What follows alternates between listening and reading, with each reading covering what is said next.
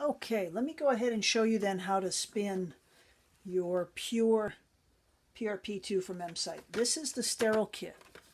It has everything that you need for the procedure, including the blood draw kit. Okay? So I place that on top for now. So your blood draw accessory kit has your butterfly, has your tourniquet, has a little gauze, little band-aid. These are just little caps. You may never actually use them. If I'm transporting more than one syringe to a room, I might put a sterile cap on there, but you've got your 18 gauge needle rather. So the first thing you're going to do is pop the top off the sodium citrate. This is the anticoagulant. You need to have anticoagulated blood in order to produce platelet-rich plasma. Okay, so we're going to pop that top. We're then going to wipe the top with an alcohol swab.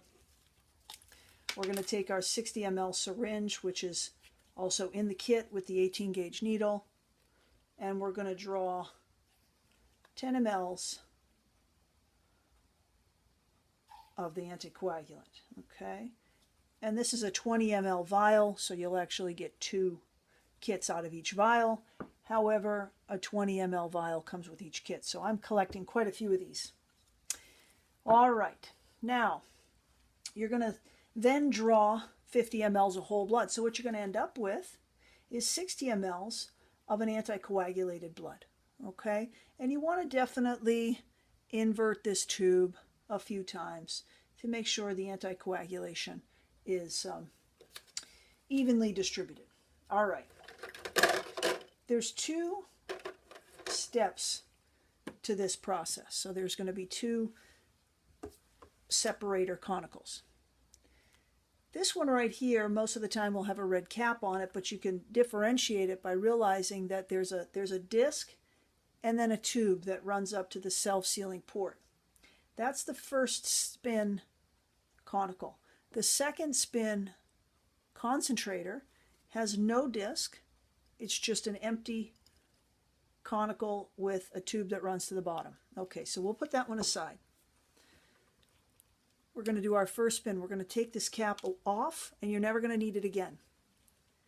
This right here is a self-sealing port. There's nothing to take off. There's nothing to put on.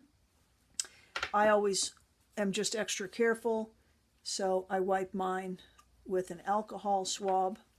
I then take my 60 ml syringe and place it on there and turn it so that it's right on here. I'm then going to start pushing, and it's a little bit sticky at first, and then that disc starts to come up as I put the blood in the conical. Okay, so you can see that pretty clearly.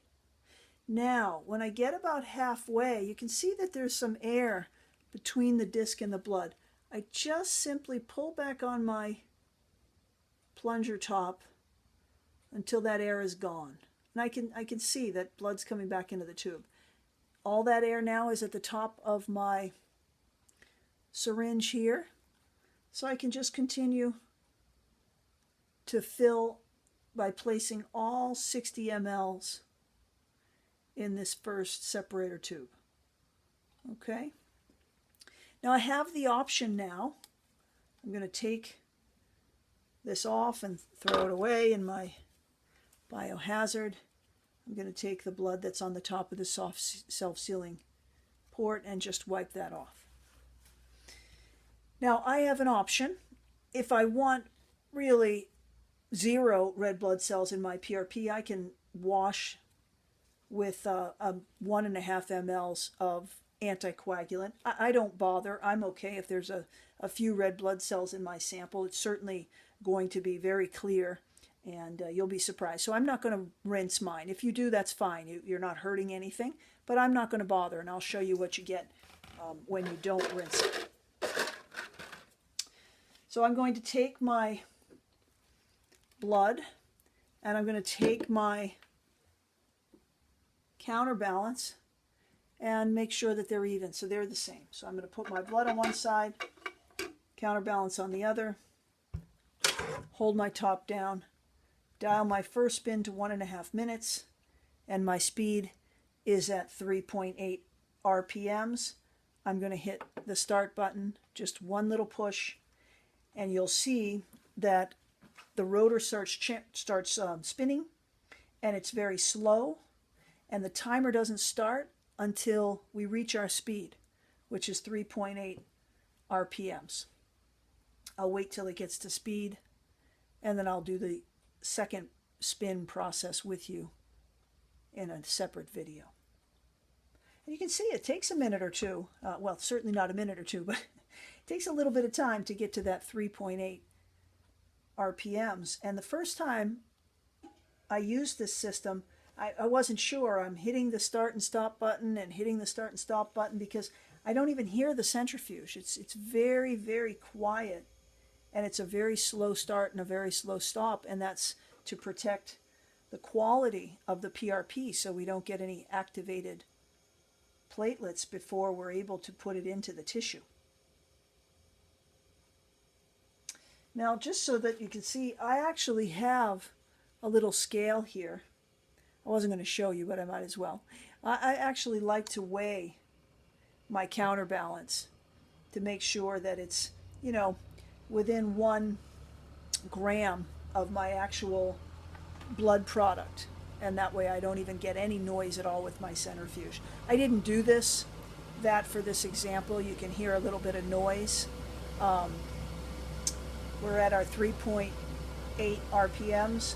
Our timer is now starting to tick at the 1.5. And if I had a perfectly balanced counterweight, I wouldn't even hear any of this noise at all. But that's not essential. All right, I'll see you in a minute. 1.5 minutes to be exact.